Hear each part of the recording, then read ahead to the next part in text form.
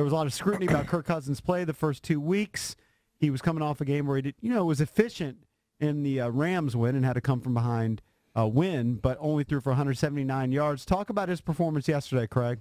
I mean, I think that's the biggest difference between the three games. In Game 1, he didn't play well. In Game 2, he played all right. In Game 3, he was awesome. I mean, he just, from giving Josh Doctson a chance on the deep ball to some of the throws he drives into Jamison Crowder on big third downs to the seam ball to Vernon Davis. I mean, he made plays yesterday. Got out and ran a couple of times and made some plays on the move. He was great yesterday. And, some games you have to go back and watch the film and try to really understand what was he trying to do, whose fault was it that things went wrong. This yesterday, I don't think the film is going to change anything when we evaluate what Kirk did, because he had such a purpose with this play yesterday where he's got his reads and you saw him just, know where he wanted to go with the football, and then he delivered it accurately, and that was obviously a big change in the first couple of weeks as well. I mean, just a dominating performance all the way around, especially the defense. But let's stick with the offense. I mean, I think the defense was a big part of that story yesterday. But let's stick with the offense. Chris Thompson is just a star. He just flat out is. Yeah, your final yardage total yesterday, by the way. Chris Thompson, 188. Oakland Raiders, 128. It's my favorite stat from the game. Yeah, he outgained them all by himself. And until that final drive, the Raiders had 95 yards and Thompson had 74 on one play. So, I mean, he was awesome. Again, at this point, I'm laughing every time he runs towards the end zone, literally out loud laughing in the press box, because it's just a joke that, for instance, on the touchdown he scores, how are we in Week 3 in 2017 with as good as he has been this year, and really, frankly, as good as he's been for 2 years, and teams are still forgetting to cover him? I know. What kind of magic is Jay working? No idea. It's unbelievable. And then, I mean, the screenplay, Kirk even admitted after the game, like, we're just trying to get out of Dodge. You try to gain a couple of yards, steal as many as you can, give more room for Tress Way, and punt the ball away. And instead, he sets up a block, uses his speed. He accelerates so quickly. He's not just a top-end speed guy. His acceleration is special, and it allows him to get through a hole, like that on a screen where other players are not going to be able to get there. And lo and behold, he's off to the races. And if it wasn't for David Amerson, he scores there.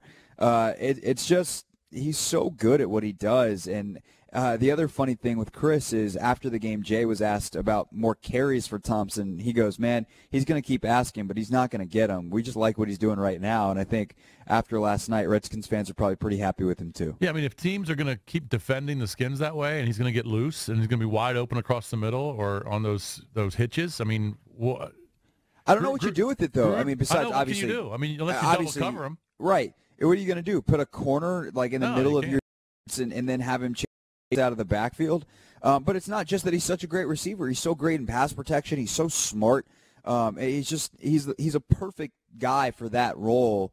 And I think another thing that Kirk said afterwards that is so true and is really just, I don't know if there's a better word for cool, certainly not on the amount of sleep that I've had that I can think of, that Chris has developed this. He didn't come out of college this way. It wasn't a guy who just needed opportunity, and then all of a sudden he was going to do this. He has worked tremendously hard on his game and his understanding of the NFL game and what defenses are trying to do and how he can attack them and how he can protect his quarterback.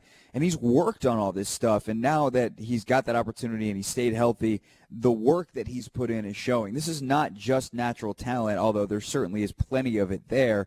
This is a work ethic coming to fruition that is really cool and fun to watch, and is a lot of the reasons why we love sports. Craig, if you didn't have a name and number on the back of this guy's jersey, you would never know he was 33 years old. Vernon Davis still has the wheels. He was burning guys continuously last night. Talk about how well he played in relief of Jordan Reed. I still remember last spring talking to Sean McVay, and I hadn't seen Sean in a while, and this was away from the facility, and said, hey, how are OTAs going? How's camp going? And the first thing he says is, man, Vernon's still really fast. That was more important to him than anything else. And here we are a year and a half later, and he's still that fast. What he's able to do at his age is is rather remarkable. It's a testament to the work he puts in the weight room and in the offseason of keeping his body in peak physical condition. And also, he kind of won the genetic lottery. I mean, this obviously was a guy coming out of Maryland that we knew was a physical freak, but to be able to maintain it this long is a testament to his work ethic.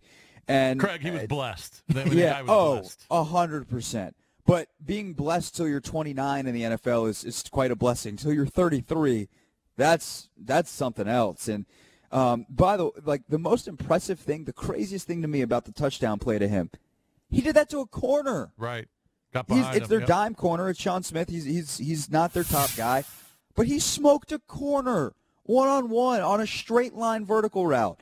Gave him a little bit of shake and just ran right by him. Tight ends don't do that, and Vernon Davis did it at 33, and he's their backup. Yeah, he's probably faster than half the corners in the league, even now at his age. 100%. And that's the other thing, too, not to take the focus away from Vernon, as you guys asked about, but they did this yesterday, 472 yards, without Jordan Reed. Mm-hmm. Yeah, that's crazy. And there was a Josh Doxson sighting. Can't there believe was. I told you guys he was good.